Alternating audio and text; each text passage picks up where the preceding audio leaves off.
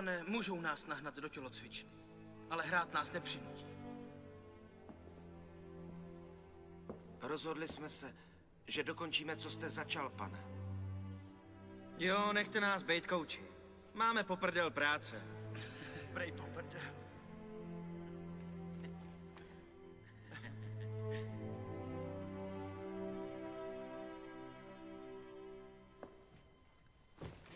Největší strach nemáme z toho, že jsme neschopní.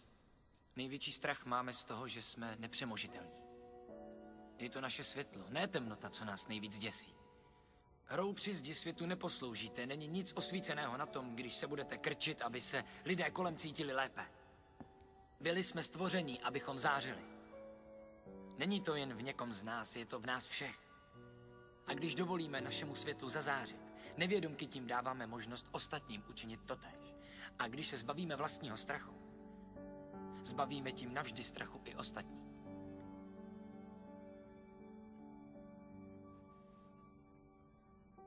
Pane, jen jsem vám chtěl říct děkuju. Za záchranu života.